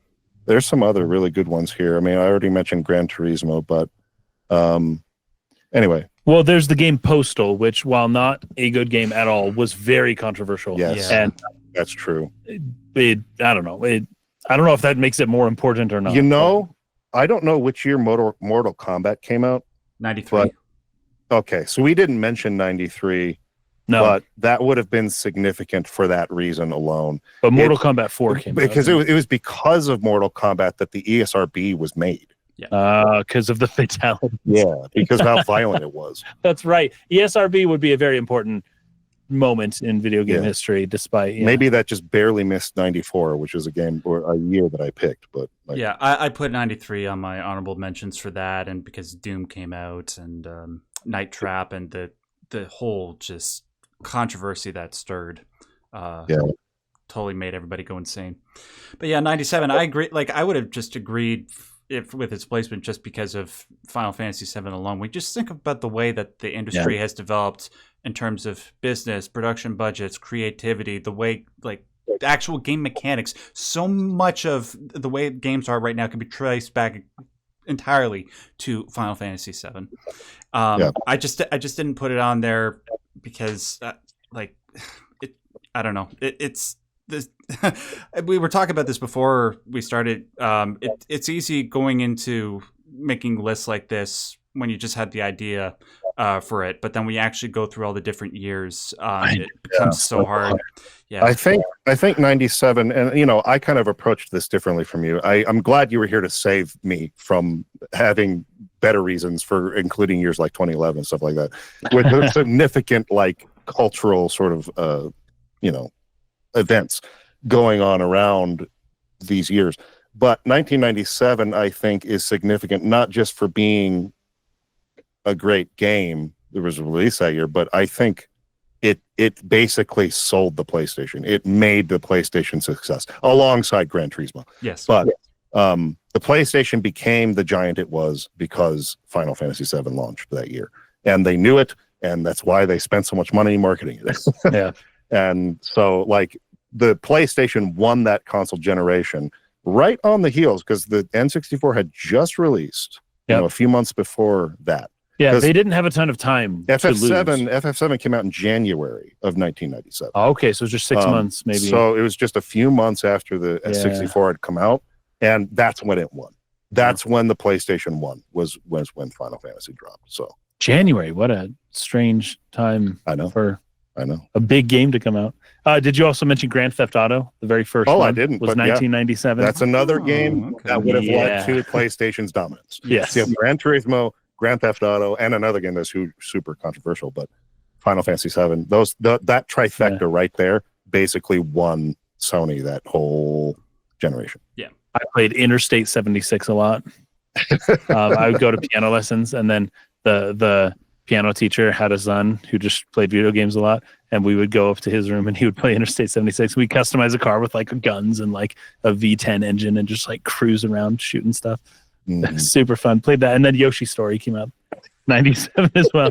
Oh, that game, dude. Good stuff, man. And then Ultima Online. Now I don't know. Oh, wait a minute. RuneScape came out this year, didn't it? No, RuneScape was 2000. Oh, that's 2001. It was 2001. I should have mentioned that earlier. We didn't bring that up. RuneScape was 2001. That's right. And my number 9 was 2001 RuneScape. Big deal, man. I played a ton of RuneScape. Dude, when I was in Christian school, I would go into the computer room and all the kids are playing RuneScape. And I, for whatever reason, I just didn't get into it. Maybe it was just the fact that the game was running at 5 frames per second on these little computers. 100%. Yeah. But yeah, I mean, it was good with the 2D classic RuneScape. It's the only way to play RuneScape. Right. I didn't like it when it switched to 3D. I was like, no, give me the classic RuneScape, man. Back when I started playing RuneScape, there was one world. And Anyways, now there's like 1,000 different worlds, and it's all different. And it's But still, Ultima Online. Ultima Online, because that was this is the beginning of a lot of the online games. And this set the stage for EverQuest and what came World out. of Warcraft. World of Warcraft. This kind of started the whole MMO RuneScape. online genre. Yeah. Right? Yeah. It's crazy to have even attempted. You know that what's so in funny about that 97. is Ultima did this twice. Ultima was essentially the inspiration for Final Fantasy. Like Hironobu Sakaguchi played Ultima and Wizardry like crazy, and based Final Fantasy on them. That's right, and D&D, of course. Yeah. But then now you get Ultima Online, and then it's like World of Warcraft gets inspired by that. So Ultima like inspires the huge franchises that make all the money after. So it's that. ahead of its time. It's forward thinking, but just a year or two too early. Ultima is really, really important because it's like a game developer's game, where the game developers get inspired by it and then make the games that end up being the big commercial successes. That's funny. All right, so that was your number 2. So then for me, my number 6 was 1995. Here is my number 5. It is a year called 2017. I have that at number 6. Okay, so I must have kicked you on that. 2017, of course, we went to E3 in 2016, and we got to sample ahead of time a lot of what was to come that next year, including Breath of the Wild. But we didn't get the Switch, though. That didn't come till later. But in 2017, that is when the Switch came out with Breath of the Wild. Very big game, very big year. But 2017 had a lot more. Like Breath of the Wild for me, it was a super important game. I loved it. Mario Odyssey also came out that year. Nintendo killed it in 2017. They started off with such a good year that the Nintendo Switch has never really had a downtime where Nintendo's been worried. Like basically right away, it's been selling extremely well. But there's some other games that also came out that year. Very important games, such as Nier Automata. Yep. And Nier Automata, we've covered it on the podcast. That game is just it's wonderful. It's wonderful. We talk a lot about how crazy Kojima can be. Yoko Taro can be crazy too. Pretty much just crazy. Well, maybe not just as crazy, but he's up there. But Yoko Taro, the implementation of philosophy and different things within his games it's just fascinating. It's extremely well done. He knows how to do that extremely well. I also have Horizon Zero Dawn, which came out that year. What Remains of Edith Finch, Prey, Destiny 2. I know there was some divisiveness about that game. And then Mario Kart 8 Deluxe, which is like just a really fun game. I think that might be my favorite Mario Kart I game. think so too. Yeah. Have you ever played Little Nightmares, which also came out in 2017? Awesome game. If you like Limbo, or if you like, that indie kind of, it's mostly side-scrolling, although not exclusively. It's a game that kind of switches back and forth, but that game is crazy. That game is freaking wild, and it is what it calls itself. It is a nightmare. It is just like character. It's like claymation almost. You get this really eerie aspect to that game. But have you played Little Nightmares, Max? Dude, I love it. It's one of the best. Like you said, it's a perfect analogy to compare it to Limbo, because like Limbo or the follow-up to Limbo, Inside, it's a game whose story is told entirely without dialogue, just entirely with. Right. Yeah. I love when games do that journey. It's so unsettling, but it's so good. Yeah. Also, you mentioned What Remains of Edith Finch. I want to put alongside that another game that is important for a similar reason, which is Hellblade: Senua's Sacrifice. Yes, that was my favorite game of that year. Yeah. And did that come out in 2017? Okay, then it's on the list. I haven't gotten to it yet. And both of those games are so important because they both tackle mental health. The way that they tackle it in such a respectful, deep, emotional way, and just making that something that can be a part, well, maybe not necessarily part of the mainstream, but popular enough that it goes on to be, talked about as within like people that take games seriously, like us, video YouTubers, essayists, that sort of thing. Yeah. What else was it? That's a good point. I like that. Those two games, super, super important. Yeah. I also have Hollow Knight. The game that did Metroidvania so well. Yeah. Yeah.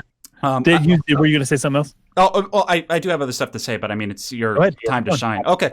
All right. Well, in terms of important events, I think you can make an argument that one of the most popular genres of gaming over the last 10 years is battle royales. Yeah, that's, yeah. And that kind of did it get its start here? Because PUBG was kind of the first big one, right? PUBG and Fortnite Battle Royale both came out this year.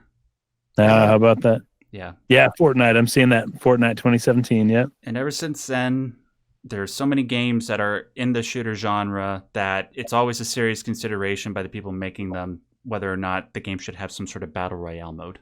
Yeah. Like Halo Infinite, famously, when it came out, people wanted it, and they didn't put it in because they were like, the people 343 Industries who made Halo Infinite, they misread the tea leaves at the time, thinking that people thought that Battle Royale was going to go out of style, but it was part of the reason why, there's a lot of reasons why Halo Infinite died, but that's one of the reasons why.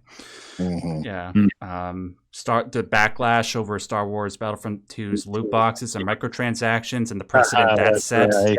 Yeah. This was all going on back then, yeah. Yeah.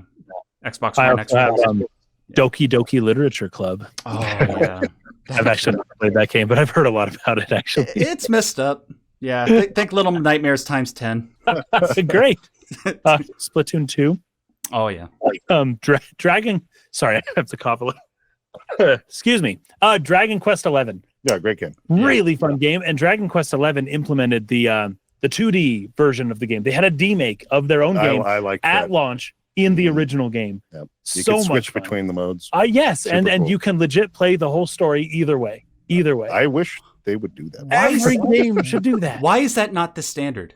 I don't know. I'm sure it's a lot of work, but It probably is, because you got to make a 6 or maybe 30-something hour secondary game alongside your actual game. But it probably doesn't take a very big of a team, and it may not cost too much money, but it would take a while, I think. it's awesome that they did it. It's really cool. I wish Final Fantasy would do something like that. Yeah, Final Fantasy did that. That would be amazing. 2 games I played a lot that year were Neo Good call. Night in the Woods. I don't know if you Neo. ever played Night in the Woods. It's I never an played indie Night in the game. Woods. I played the first 2 hours of it, and it was really good. I just never finished it. It's excellent. Speaking of I mental thought it health. was a charming little game. Yeah. Little indie game. And then, of course, Persona 5. Uh-huh. Oh, I had to leave that one to the end, but Persona 5 came out in 2017, and that game, that's just a wonderful game. dude, I love it. Persona 5 have you ever tell me if you guys sympathize with this. Have you ever had a game where you love it so much that you're getting close to the end and you purposefully stop because you don't want it to end? He does this Dude, a lot. I am a chronic that doer all the time. I did that for Skyward Sword. I do that for almost every game that I play. Actually, I start dawdling. If I fall in love with the world of the game, I don't want it to just be over. And beating a game means that it's over. And I will do whatever I can to avoid finishing the game because I know that after that, then what do I do with my life? Move on to the next game. I know, but the next game won't be as good. Yeah. Regrettably, I've never had that sentiment as much as you have in your life, Casen, but Persona 5 was the one exception. I love that game to pieces. Sorry? They accurately like portrayed Japan. Like they build these cities. It looks just like actually being in Japan. It's so cool. Yeah. Now, can you think about how they're going to have to top that for Persona 6?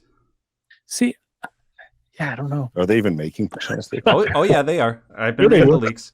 Each Persona game has progressively sold better and better and better. And Persona 5 was by far the best It's just selling. kind of funny because with how successful it's becoming, you would have think they would launch one, but they went and did Metaphor and they did Metaphor.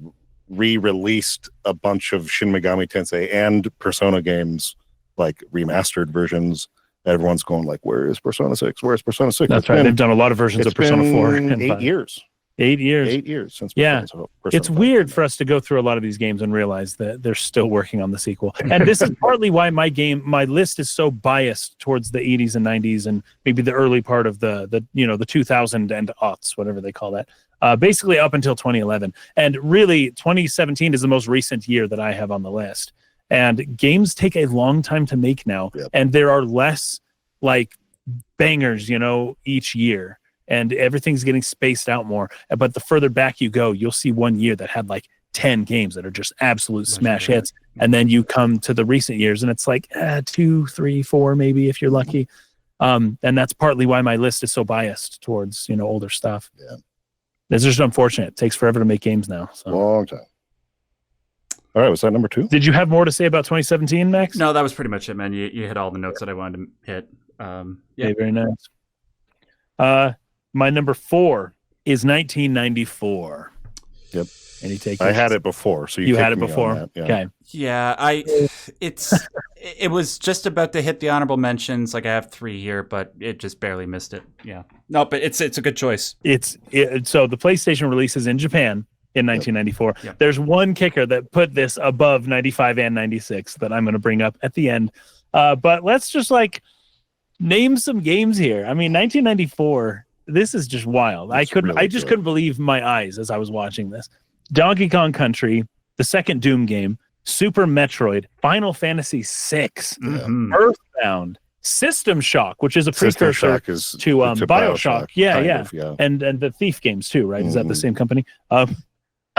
Sonic and Knuckles, which is wonderful. Earthworm Jim. Now, I love Earthworm you Jim. talk, Max. What game did you say that you rented from Blockbuster more than any other game? Was Spider-Man 2. Oh, Spider-Man 2. That was it. Yeah. Okay. Earthworm Jim, I rented at least 5 or 6 times, which means we should have just bought the game. Yep. But that game was so much fun. Yeah, my brother got super good at Earthworm Jim. drawing Earthworm Jim. We would watch the Earthworm Jim show whenever my parents would let us. Then we have the Elder Scrolls Arena. This is the first Elder Scrolls game, 1994. Sonic the Hedgehog 3. We have Mega Man X2, and I mean it. That was when Tekken was this Tekken, year. Yeah. Star Wars TIE Fighter, which is people talk about X-Wing versus TIE Fighter. That was really good, but this was just the TIE Fighter game there, which was super fun. People love that stuff. Street Fighter 2 Turbo, and then you mentioned Tekken, Streets of Rage 3, Virtua Fighter 2. I think that was actually a PlayStation launch title. They wanted that to sell. Virtua Fighter. I remember they wanted that to sell the unit, and it did. It was an arcade game first, and then this PlayStation can run this arcade game. That was a big deal at the time, right? Did you say Breath of Fire 2? Breath of Fire 2? Yeah, it's down here at the bottom. Breath of Fire 2. I mentioned before, we mentioned NBA Jam. Yep. But NBA Jam 1994. I can't tell you how freaking much I played that game in my buddy's house. That's all we did was play NBA Jam. And I have to correct something I said earlier. I mentioned that the Virtual Boy Wario World was the first game where Wario was a solo character. That was actually 1994 Wario Land for the Game Boy. Yes. But okay, so wait, Wario Land came out in 94? Yeah. Wario Land came out God. In 94. Dude, aside from the original Pokemon games, Wario Land was the only game I ever played on my Game Boy. Yeah. I love the crap out of the game. It was ridiculous how good of a game that was for the Game Boy. Yep. Yeah, the Wario games, they're well made. They, it's the anti-Mario kind of joke games, but they're good games, Yeah. So anyways, that's basically my whole spiel on that. But the thing that put 94 above the other games, because this is an impressive list. This is a really good list. But in and of itself, it wouldn't necessarily, default beat 95, 96 and some of these other years. But Kaori Tanaka finished writing the script for Xenogears in 1994. And the initial pitch for the game Xenogears was done in 1994 by Kaori Tanaka. That would have been right after the beginning of that game. Yeah. Because they were pitching it as Final Fantasy VII, which was rejected. But so she wrote a script which the game changed significantly from her script initially, what she had initially pitched. But this is the beginnings of the thought of we're going to make a game. And that game ended up becoming Xenogears. This is how it all started, 1994. And I was like, all right, it goes up the list. If we're going based on that, actually, no. I was going to make a joke, but it involves my number 1. So I'll just, damn it. Sorry. Forget I said anything. Oh, no. Don't say it. Okay, yeah. My bad. It might be my number 1 also. Okay, so that's super fun stuff. Now, one thing that we didn't mention before, Mike, when you talked about 1987, because My number 3 is 1987. Fist of the North Star. 1987. So it's based on an anime, but it's a funny. But I had that game for the Game Boy, so I didn't have it for the NES. I had it for the Game Boy. But Fist of the North Star, we played that a ton. It's very, very fun game. Wait, your number 3 is 1987? My number 3 is 1987. Okay. It was also Mike's number 3. Nice. So we already talked about it. But I just wanted to throw out Fist of the North Star. Dude, You're already dead. I've never experienced Fist of the North Star, but I've heard so much about it from my wife. She's absolutely obsessed with that anime. Oh, really? Yeah. You gotta watch. Yeah, we will. It's freaking. It's pretty violent. Yeah, but it's okay. We can handle it. There was that whole kind of period of late 80s and into the 90s where anime had just some exceptionally violent stuff. Like Ninja Scrolls is just like, it's almost hard to watch. It's so freaking depraved in terms of violence. Fist of the North Star's up there alongside that. So yeah. Oh, that's funny, dude. She's probably played the game. We're probably gonna have to play that too. I wouldn't be surprised if she had an original copy. Yeah, nice. But I remember back in the day, our Game Boy wouldn't last very long, so I'd only really be able to play it for like an hour or two, and then the batteries were dead. And batteries are expensive, especially if you have to replace them every day. Those original Game Boys just ate batteries. Yeah, just guzzled it like Gatorade. It was ridiculous.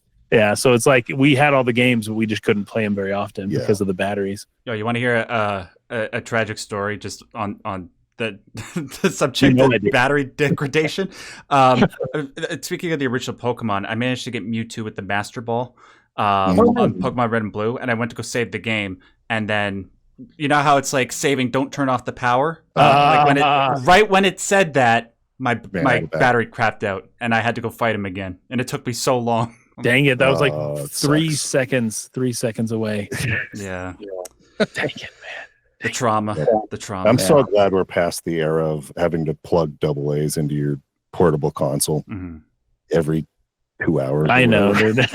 So such a pain, dude. Such a pain. Now we just have to deal with constant stick drift in our controllers. Oh yeah. That's true. There's hopefully that's coming to an end, but I don't know how. They've got to fix it at some point. You got to put your own hollow. What do they call it? Hollow something sticks into your controllers, or buy this one that we got, or buy that one. True. Okay, so my number 2 we already talked about as well. It's 1997, and I don't really have anything to add. Just a really good year. Hall effect sticks. That's Hall effect. Okay. So there you go. There's my all the way up to number 2. So I'm really hoping. I think we all have the same number 1. I really hope so. Otherwise, I'm going to be so disappointed. Yeah. All right. So I wish I had a drum roll, but like, come on, it's 1998. It's 1998. We all picked, of course. We all got it. There's simply no alternative, ladies and gentlemen. I was debating putting 97 above it, but in the end, I couldn't do it. It's not defensible. Not defensible. Yeah, not just in terms of just the sheer amount of quality games that are important to the development of games as an art form, in terms of their grip on our global culture, but also there are a bunch of key events that we'll get to in a moment. But let's just go down the list. Obviously, Legend of Zelda: Ocarina of Time, one of the most important games ever made.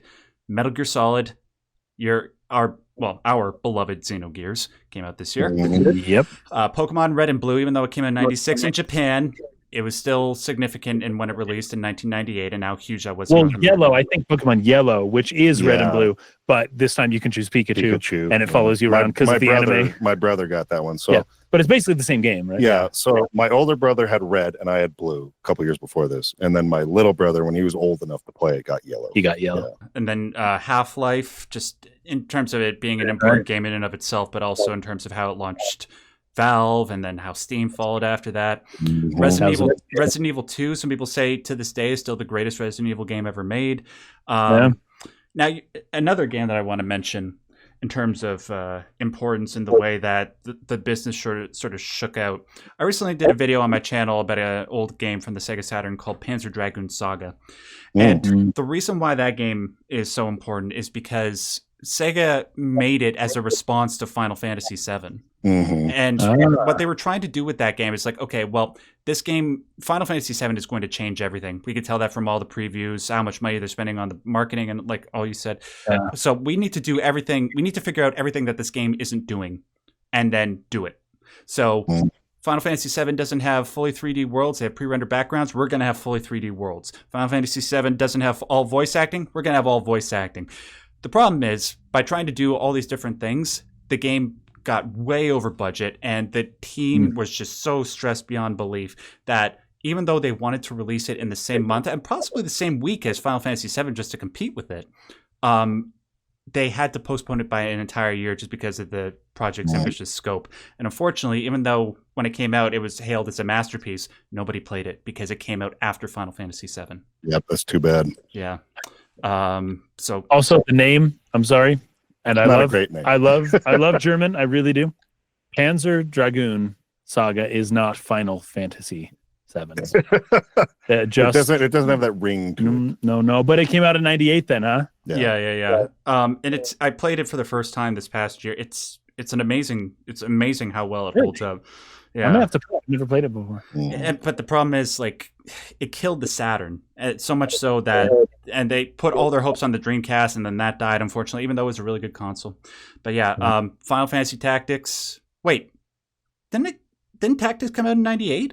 Tactics was '97. Tactics was '97 at the end. Final Fantasy VII came out in January of '97. Tactics was later in that year. Okay, forgive me. I'm sorry. Well, I mean, there's also Dance Dance Revolution. That was huge. Oh, really? Did Yeah. that start in '98? Wow. Yeah. Arcades, right? Yeah, and that became a mainstay in every single arcade you ever go to. Oh, yeah. Yep. Every time we go to the movie theaters, theater, I like all my friends were always on that thing before and after the movie. Yeah. So, and there are a bunch of other games. I don't know, like, I can get to my key events in a second, but do you have any other ones that I missed? Oh my goodness! Oh, I have a lot that you missed. So this game was so good. Did you say Baldur's Gate? No, I didn't. Yes, that came up. Yeah. Baldur's Gate. Baldur's Gate was 1998. Huge. Did you say Banjo-Kazooie? Oh, of course, yeah, Banjo-Kazooie. Dude. Did you this say, was rare at their top, right? 97, 98 was rare. Did you say Star Wars Rogue Squadron? No, unfortunately, like, yeah, I guess it's just because I didn't play it at that time. Like, I know it's like one of the most beloved Star Wars games. We played it a ton. That was the first game we had that had the N64 expansion pack. In fact, that might have also come out in '98. Or not the extra memory kind of. Yeah, the expansion pack for it's basically just more RAM. More RAM, yeah. So you could draw distance, went a little further. Yeah, Suikoden 2. Suikoden 2 was 90. Medieval. Yeah. This is a really fun little game. I know a lot of people probably haven't played it. It rocks. He plays a little skeleton knight guy who was kind of a coward and he died.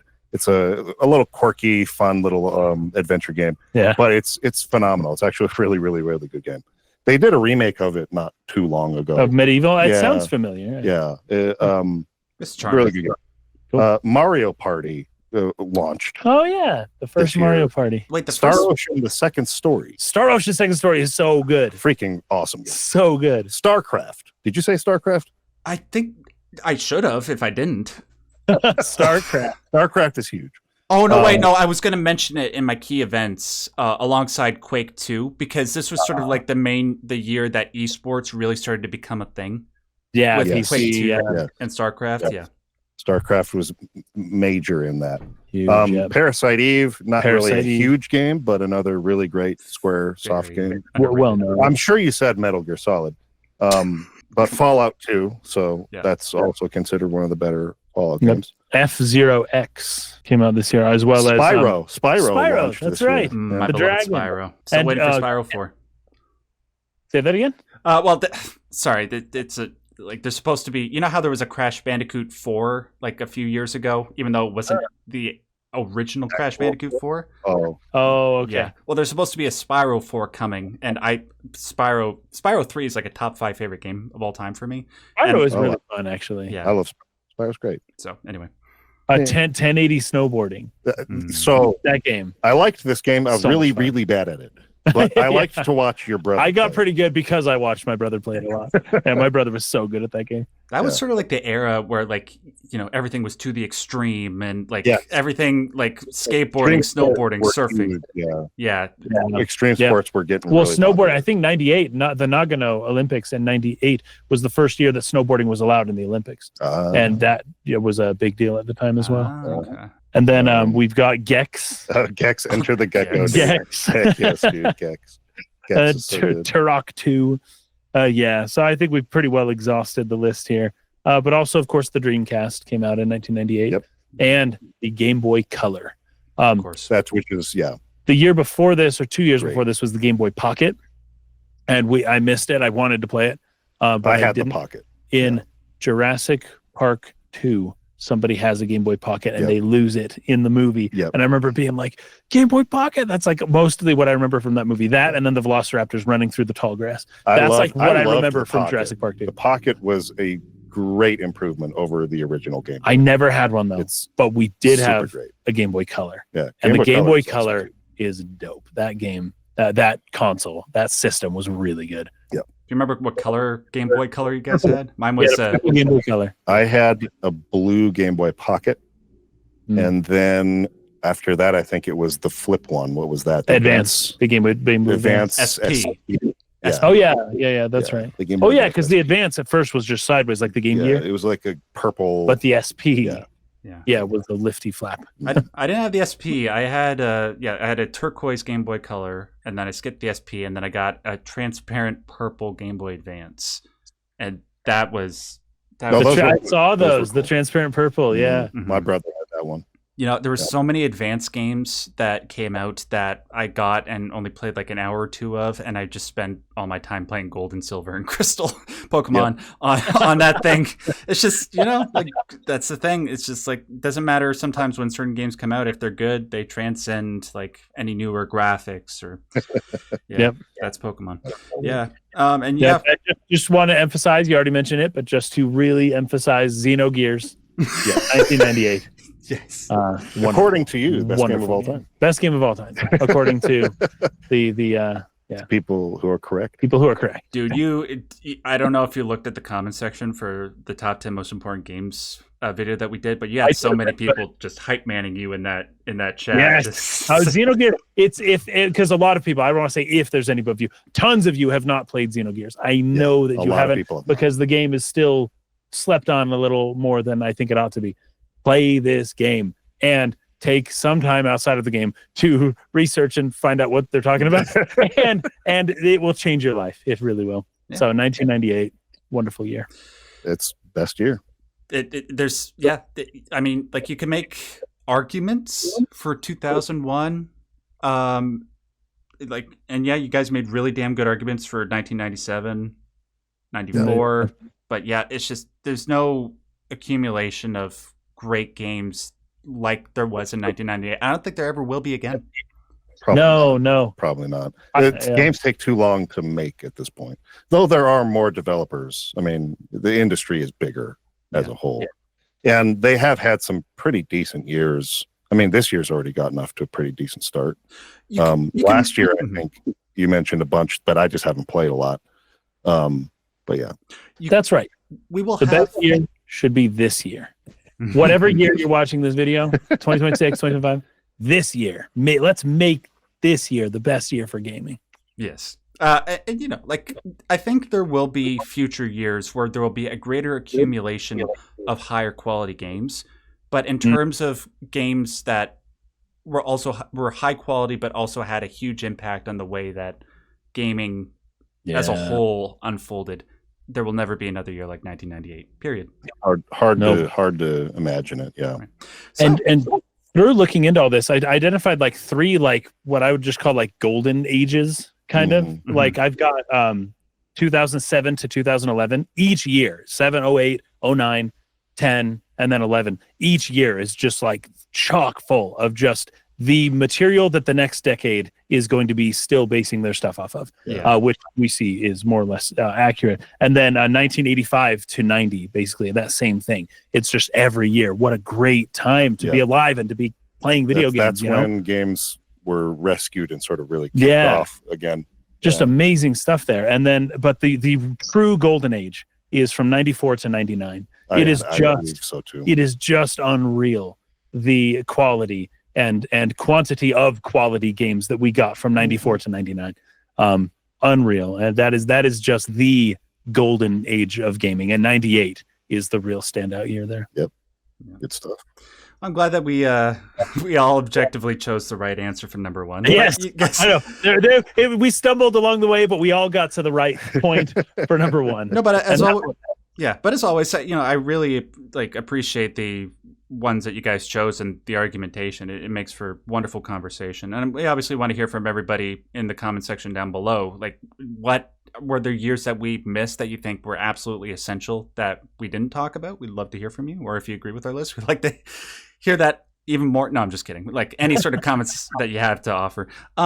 Did you guys want to do like any extra honorable mentions or anything else you wanted to say? I wanted to bring up 1962 because while most people don't maybe think that year was the most important year in gaming, and it's not. It can never be a top 10 year, and there are even other years above it that should be honorable mentions. But 1962, there's two things. First off, Space War debuts, and is that's tested like the first video game ever, right? At MIT on the PDP-1. And there are some projects that could be played on like a radar system that were done in the 50s. But the 1962 it introduced real-time interactive computer gaming, and it laid the conceptual groundwork for every digital game that followed. I almost picked from that then on my list of most important games. That was up there as an honorable mention for that game. Yeah.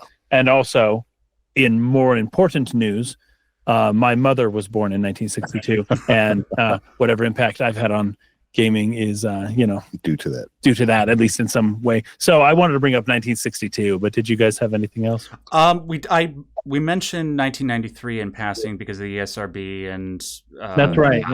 I had that as an honorable mention. The one honorable mention that we didn't talk about was 1980. Just because that was, leading up until 1983 when the crash was, the period between that and 1980 was sort of that upwards trajectory towards where it should have been in terms of just creating these essential games that would become part of our public consciousness even to this day, especially including games like Pac-Man, arguably the most popular, iconic game ever made, but also games like Crazy Climber, Missile Command, one of the first sports games, an Olympic decathlon. Nice. And Nintendo's Game & Watch. Mm-hmm. Oh, the Game & Watch, huh? 1980, huh? Donkey Kong, I think, was 81. That was the real era of arcades. Like, they really started to take off. Arcades became huge. Yeah. Because, they wanted to make games a lot more accessible, but home consoles weren't really available. And, maybe computers weren't really optimized to be able to play games yet. So that was... and that would take a bit, but I think it was 1988 is when the standard PCs were shipping with disk drives. That's right. And that's when the PC gaming really took off. Yep. All right. Nice. So that's our list, ladies and gentlemen. I'll put the lists on screen for everybody to look at right now. Guys, this has been fun. Thank you so much for doing this again. It was a blast. I apologize that I was coughing a few times throughout the episode. I'm still getting over something here with my throat. I'm sorry, man, to hear that, but it wasn't a problem for me. What was I about to say? Oh, yeah, guys, do you want to plug what you're doing over at Resonant Arc right now? Oh, sure. We're just finishing up a series on Final Fantasy IX, getting towards the end of the game, disc 3, disc 4, kind of. But after that, we also just beat Death Stranding 2. I know that you did a big video on that. You loved that game a lot. I'd love to chat with you at some point, Max, about the ending of that game.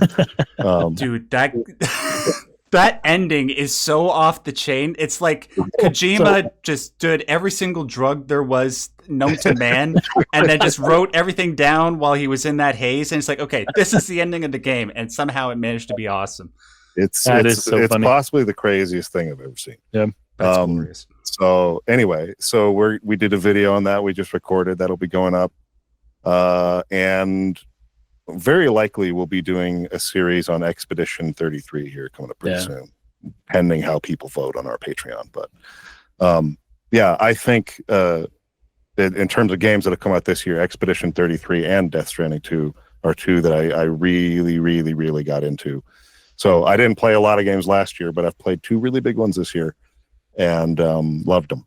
So it's been a good year so far. So Resonant Arc, and we do the State of the Arc podcast. Yep. You can catch us on YouTube, Spotify, Apple Podcasts, wherever you listen to podcasts, where you can find us there. Yep. I'll put all the relevant links in the description box below. Seriously, guys, go check out their stuff. I love all the games that you choose to cover. Cannot wait till you discuss all the Memoria stuff with Final Fantasy IX, my personal favorite Final Fantasy. Loving the series so far. Anyways, guys, make sure to hit the like button, make sure to leave a comment, make sure to subscribe. You know the drill. Until we do this again, hopefully we could do something like this again in the near future. I want to remind anytime. Sweet, man. I want to remind you guys, as always and as per usual, stay yellow.